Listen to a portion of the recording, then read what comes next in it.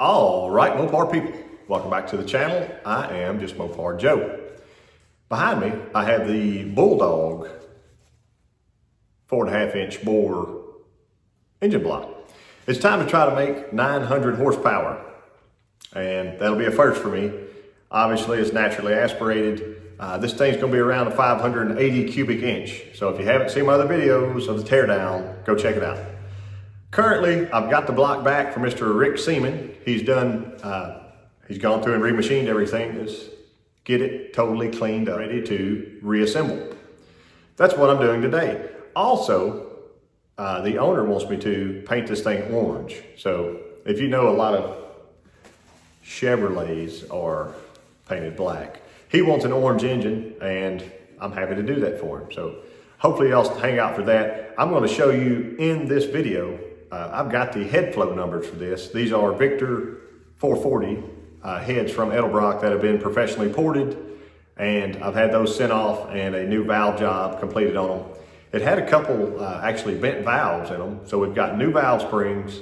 The heads were redone by Kuntz in Arkadelphia, where I go to dyno at, and those valves were replaced and the new valve job, so everything's blended into to those big flow numbers. So you'll get to see the flow sheet on those. That's pretty exciting stuff coming up.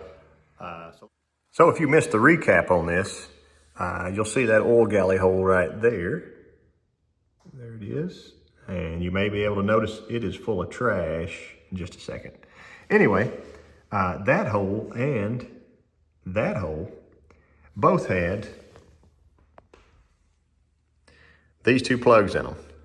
So there's actually an orifice size in each one of those. The owner was complaining about very low oil pressure in this engine. And all I did was prime it up, pull the intake, and I was looking through and it was shooting gallons and gallons out of both these holes. So we are going back and stopping those up. Also, you'll notice this funny thread pitch here. These are some kind of brass plugs that they had jammed in there. Rick and I actually went back through and re-tapped those out to the correct pipe thread tap size. So that stuff's done up now. Something else interesting, if you saw my 440 source block video, I believe it was Rodney Bird that had asked me, will they be adding restrictors? So I've got that one unscrewed. I'll show you what it looks like. There it is in the block. Here's what it actually looks like. See the little tiny hole? So they're restricting the oil that's getting to the rockers. Also, this engine had oil through rockers. They were T&Ds that had ball and ball style. And they had a hole in the push rod. So I'm going to buy them new push rods. But this can be restricted. That's probably a good idea, since these shafts themselves would be getting overflowed with oil. That's a good restriction to keep oil out of the top end and keep this valley a little bit drier. All the lifters are getting their own oil source. You'll see 1 and 2, if I can go to the back of the block. 1 and 2, there they are. See all that trash in there, hopefully. That other plug goes into a water jacket. That's into a water jacket, so I left those alone for now. I've got to do new cam bearings today. There's our other block plug there for a galley plug. He shows up through the front. There it is, and you can see all that dirt and trash in there. So if you look back at my teardown video of this, I was able to find some of that stuff. They did have an issue with something coming apart in this engine. I think maybe a rocker shaft broke or something happened and it continued to run. So this is just basically day one of putting it back together. So here's our little Bulldog block. I've got her painted up nice and orange and brought back in. I just taped off the freeze plugs. They look really good. The thing's been rebuilt so many times recently that I know they are probably fine, and they were not leaking when it got here. I got our big front block plug out. I went ahead and popped the plug out for the pickup tube block off, and I've blown through all that stuff, brushed through it. I got to get these main caps off. You'll notice they are nice and cross-bolted mains. 1, 2, 3, and 4. And yeah, these look like billet main caps, so that's awesome. Rick did re-line hone this thing, so when I get those off, I got to get in and wipe my. See, I got a little film of rust forming. So get those wiped out, polished up again. Cam bearings. I've got new cam bearings put in today. I know I mentioned that. These look like they were driven in with a concrete block, maybe. There they are. And I need to do a little bit of polishing on the lobes of the cam as well, get it back nice again. So let me get our caps off, and we'll do some cam bearings together. I'll show you that front one. This was never ran through a parts washer or anything. It was just me pressure washing it because it was a complete engine. There. Got a little bit of lint I need to blow out right there. But yeah. As we start to drive, I will loosen my shaft just a little bit so that my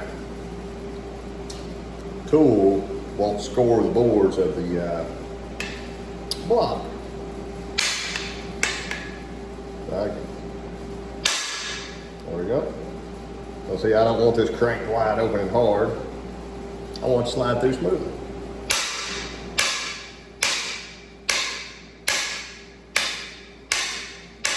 Gentle. There it is. We can look at number one together. I mean, obviously I've seen worse cam bearings, but I think this was also halfway ruined whenever Rick put it in his fixture to do the line honing on the mains. So they got to go. We got coated bearings to go back in, so that's going to be a really nice, careful process to get those right. And if you remember before, my oil hole was like 3/4 closed on that front one. I'm not really into that. I'd like to get the full amount of oil to the cam so it doesn't ever have an issue. So this is our number 4 main saddle. And traditionally you have your bottom hole and those 2 holes that feed your rocker arms. I was totally freaked out when I first saw that because this one does not have holes there. It oils the rockers through the block. So they actually have their own oil galleys, which is kind of cool. If I can track you back this way. There we are. One there, one there. I may have already shown you that. It's there you go. So they connect inside the block. So here's our 440 source for our bearing number. And surprise, surprise, these are Durabonds. They are made in Carson City, Nevada, which is right over where 440 source is. So I bet they usually don't run out of cam bearings, if I had to guess. Bring that up. We'll get them out, check them out, see how they look, and be really careful putting these in. Here's that rear bearing. You can somewhat see the black coating on, and there's just a little bit of roughage, kind of some slight burrs in the actual bevel of this. I don't know if I'll be able to show them to you or not. So I've got a piece of 600 sandpaper. I'm not going to touch the black coating. That would be wrong and bad, but I will very, very, very lightly touch where the burrs are and knock those off. That way, if it won't cut my finger, it probably won't cut a camshaft lobe or journal. So just to knock that off, smooth it back up. I can put a little bit of WD-40 on this to have some lube there as I sand. Then wipe them off and I'll be ready to stick in then. Start in the back, work my way forward. We'll test fit our cam several times. Back 2 in, and I can't talk trash about anybody else's cam bearing installation unless I show you mine. So these black coated bearings will show real quick if you got a scratch or a ding or a dent or anything. And of course you don't want that. I'll put a light coating of oil on.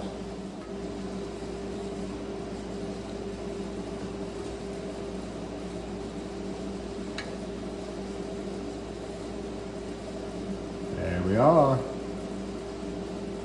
Not feeling bad.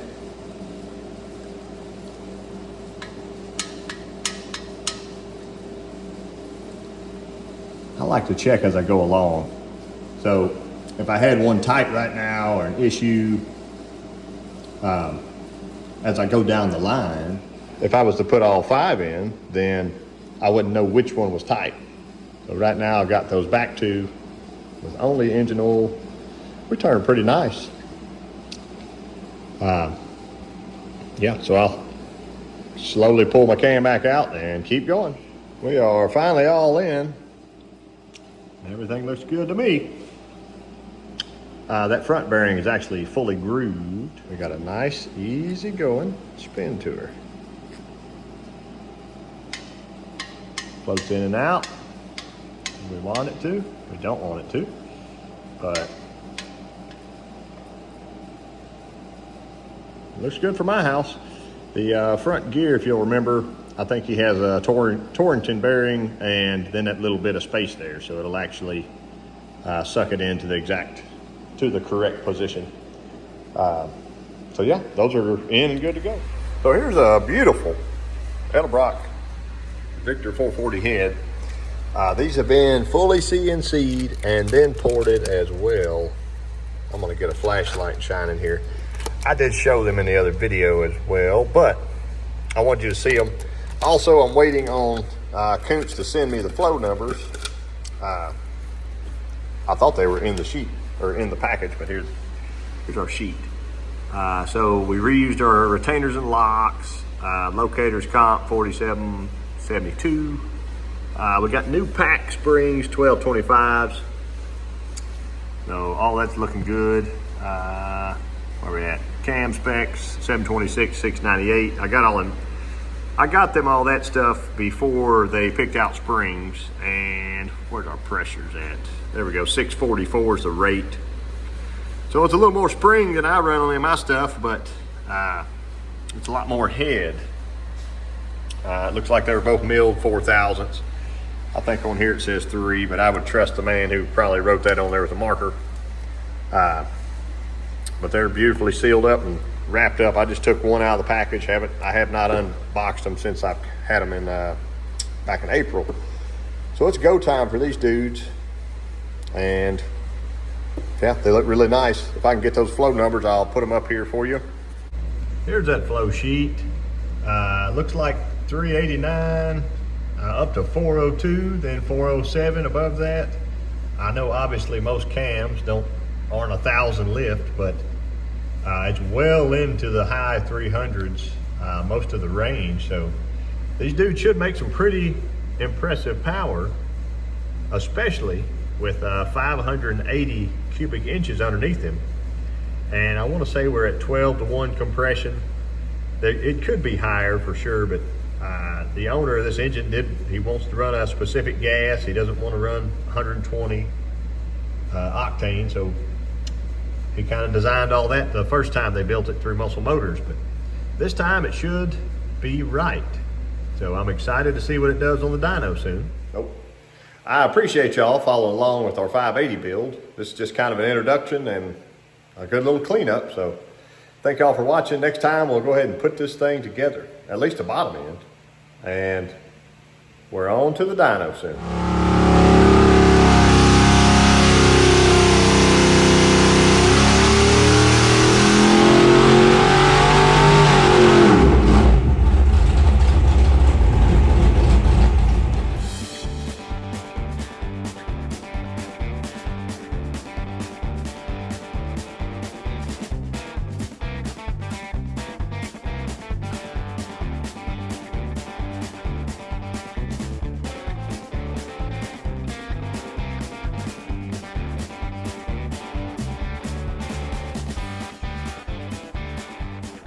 All right, Mopar people.